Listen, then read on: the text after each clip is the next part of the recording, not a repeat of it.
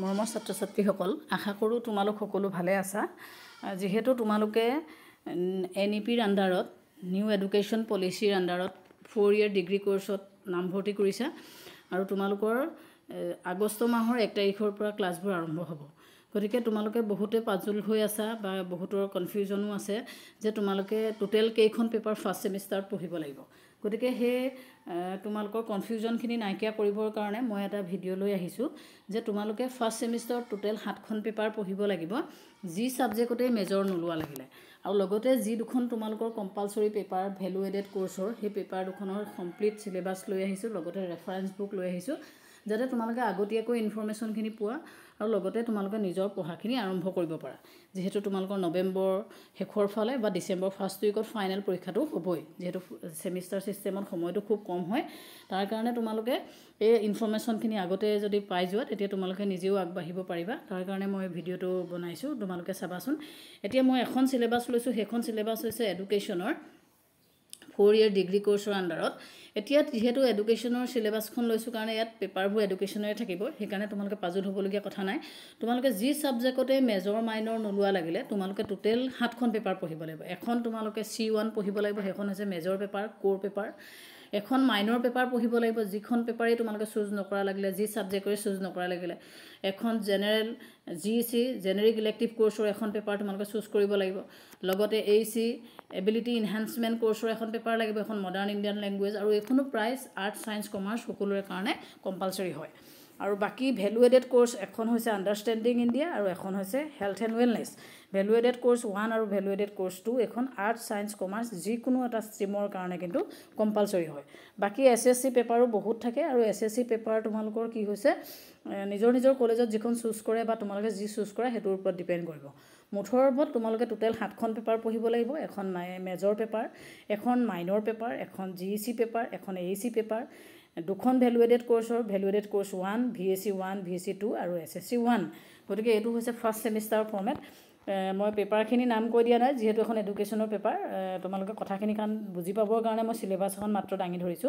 ঠিক একেটা ফৰমেটে সেকেন্ড সেমিষ্টাৰটো হ'ব তোমালোকৰ টোটাল 7খন পেপাৰ পঢ়িব লাগিব আৰু পিছৰ স্ক্ৰিনখনত পিছত ভালে তোমালোকৰ থাৰ্ড সেমিষ্টাৰ ফৰ্থ সেমিষ্টাৰ ফৰমেটটো দিয়া হৈছে এখিনিলে ইমান ডিটেইলছ না যাও গলে তোমালোকৰ অলপ পাজল লাগিব গলে তোমালোকে এটা কথাই গম পোৱা যে তোমালোকে যি সাবজেক্টতে মেজৰ বা মাইনৰ নোলোৱা আৰ্টস সায়েন্স কমাৰ্স যিটোৱে নহওক তোমালোকে টোটাল 4 ইয়াৰ ডিগ্ৰী কোৰ্সৰ আন্ডাৰত তোমালোকে টোটাল 7খন পেপাৰ পঢ়িব লাগিব এতিয়া 7খন পেপাৰৰ মই ভ্যালু এডেড কোৰ্স 1 আৰু ভ্যালু এডেড কোৰ্স 2 ৰ কমপ্লিট সিলেবাসখন আৰু লগতে তোমালোকে কি কি কিতাপ লবা তাৰ ৰেফাৰেন্স বুকখিনি তোমালোকৰ মাজত দাঙি ধৰিছো তোমালোকে চোৱাচোন এতিয়া চোৱা ভ্যালু এডেড কোৰ্সৰ পেপাৰখন কি হৈছে 2 ক্ৰেডিটৰ পেপাৰ আৰু টোটাল হৈছে ইয়াত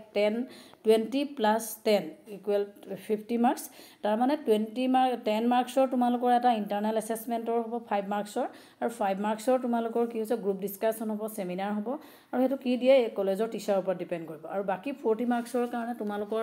ৰিটেন এক্সাম হ'ব আৰু ৰিটেন এক্সামৰ কাৰণে ইন আন্ডাৰষ্টেণ্ডিং ইণ্ডিয়াত তোমালোকৰ টোটাল কেটা ইউনিট দিয়া হৈছে 3টা ইউনিট দিয়া হৈছে আৰু 3টা ইউনিটৰ মাৰ্কস ডিস্ট্ৰিবিউশনটো এনেকৈ দিছে প্ৰথম ইউনিটটো তোমালোকৰ 13 মাৰ্কস হ'ব ভিতৰৰ পইণ্টবোৰ খুব সৰু দিয়া আছে কাৰণ মই আকৌ কিতাপৰ পৰা সিলেবাসখন দি দিছো তোমালোকে পিছৰ ফালে ভালকৈ চাব পাৰিবা তাৰ পাছত 2 নম্বৰ ইউনিটটো আৰু 3 নম্বৰ ইউনিটটো 2 নম্বৰটো 13 আৰু 3 নম্বৰটো তোমালোকৰ 14 মাৰ্কস দিছে আৰু তলৰ ফালে তোমালোকক এটো দিছে চোৱা যে এটা ইন্টাৰনেল এসেসমেন্টৰ এক্সাম হ'ব 5 মাৰ্কসৰ যেটো 10 মাৰ্কস আছে আৰু তাৰে 5 মাৰ্কসৰ তোমালোকৰ হয় গ্ৰুপ ডিসকাশন নহয় সেমিনাৰ প্ৰেজেন্টেশন যিকোনো এটা হ'ব যেটো তোমালোকৰ কলেজৰ টিচাৰে নিৰ্ধাৰণ কৰিব এতিয়া এই সিলেবাসখন খুব সৰুকে দিয়াৰ কাৰণে মই তোমালোকক কিতাপৰ পৰা সিলেবাসখন পুনৰ দাঙি ধৰিছো কিতাপ ইয়াত চোৱা একেখিনি কথাই এটা অলপ স্পষ্টকে দিয়া আছে তোমালোকে ভালকে ধৰিব পাৰিবা এটা প্ৰথম ইউনিটটো 13 মাৰ্কস দিয়া আছে ভিতৰৰ সাব পইণ্টবোৰ মই পঢ়ি দিয়া নাই কেইবাটাও পইণ্ট আছে তোমালোকে চাবা আৰু এটো 2 নম্বৰটো হৈছে 2 নম্বৰ ইউনিটটো 13 মাৰ্কস আৰু 3 নম্বৰটো 14 মাৰ্কস আহিব টোটাল 40 হ'ব বাকি যি 10 মাৰ্কস আছে 10 মাৰ্কসটো তোমালোকৰ ইন্টাৰনেল এসেসমেন্টৰ কাৰণে 5 মাৰ্কস পৰীক্ষা হ'ব আৰু 5 মাৰ্কসৰ তোমালোকৰ গ্ৰুপ ডিসকাশন সেমিনাৰ হ'ব এখন হৈছে value added course 1 VAC 1 paper বাকি যিখন value added course 2 health and wellness হে পেপাৰখনৰ সিলেবাসখন হৈছে তোমালোকৰ এখন আৰু ইয়াতো তোমালোকৰ টোটাল কেটা ইউনিট আছে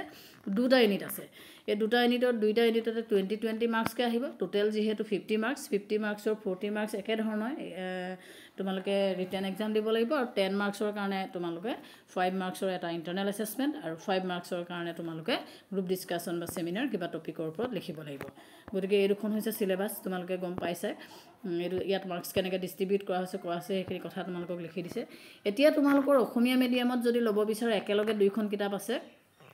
ভাৰতবৰ্ষৰ পৰিচয় আণ্ডাৰষ্টেণ্ডিং ইণ্ডিয়া স্বাস্থ্য আৰু সুস্থতা ডক্টৰ বিদিশা মহন্ত লিমা হাজৰিকা খুব ভাল কিতাপ তোমালোকে ল'ব পৰা অসমীয়া মিডিয়াম যদি ছেপাৰেটকৈ লওঁ বুলি ভাবা ভাৰতবৰ্ষৰ পৰিচয় আণ্ডাৰষ্টেণ্ডিং ইণ্ডিয়া ডক্টৰ স্বপ্না কাকতিৰ আছে বা তেনেকৈ এইটো পাৰ্টো পাবা সেইটো মোৰ ওচৰত নাই কাৰণে মই এখন দিব নোৱাৰিলোঁ বাকী ইংলিছ মিডিয়ামতো হ'লে understanding India health and wellness একেলগে দুইটা পৰ্চন আছে এখন কিতাপো ল'ব পাৰা আৰু যদি বেলেগকৈ ল'ব পৰা বিচাৰে হেল্থ এণ্ড ৱেলনেছ এখন তোমালোকৰ বেলেগকৈ ছেপাৰেটলি ওলাইছে বা এখন হৈছে আণ্ডাৰষ্টেণ্ডিং ইণ্ডিয়া গতিকে তোমালোকে চাই ল'বা ইংলিছ মিডিয়াম হওক অসমীয়া মিডিয়াম হওক কিতাপ কিন্তু তোমালোকৰ এভেইলেবল আছে ভেলুৱেটেড কোৰ্চৰ যিহেতু 50 মাৰ্কছ হ'লেও দুইখন পেপাৰতে 50-50 টোটেল 100 মাৰ্কছৰ পেপাৰ দুইখন জইন কৰিলে গতিকে পেপাৰখন যিহেতু আৰ্টছ ছায়েন্স কমাৰ্চ সকলোৰে কাৰণে কম্পালচৰি হয় গতিকে তোমালোকে পঢ়াখিনি আৰম্ভ কৰি দিব পাৰা আৰু খুব জটিল নহয় আৰু মই এই পেপাৰ দুইখনৰ ওপৰতে কিন্তু অলৰেডি ইউটিউবত বহুত ভিডিঅ' বনোৱা আছে তোমালোকে যদি ইচ্ছা কৰা চাব পাৰা চাৰ্চ কৰিলে পাবা আৰু এই ভিডিঅ'টো মই তোমালোকক এইকাৰণেই বনাই দিছোঁ যাতে তোমালোকে প্ৰথমবাৰ ডিগ্ৰী কোৰ্চত নামভৰ্তি কৰিছে আৰু তোমালোকে হৈছে ছেকেণ্ড বেষ্ট আৰু এটা বেষ্ট আগৰ এটা বেষ্ট পাৰ হৈ গৈছে গতিকে তোমালোকৰ যাতে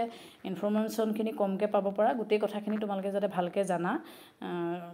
পঢ়িবলৈ আগবাঢ়িব পাৰা তাৰ কাৰণে মই তোমালোকক এই ইনফৰমেশ্যনখিনি গোটাই দিলোঁ আশা কৰোঁ মই যুগুতাই দিয়া ইনফৰমেশ্যনখিনিয়ে তোমালোকক অলপ হ'লেও সহায় কৰিব আজিৰ ভিডিঅ'টো মই ইমানতে সমাপ্ত কৰিলোঁ ধন্যবাদ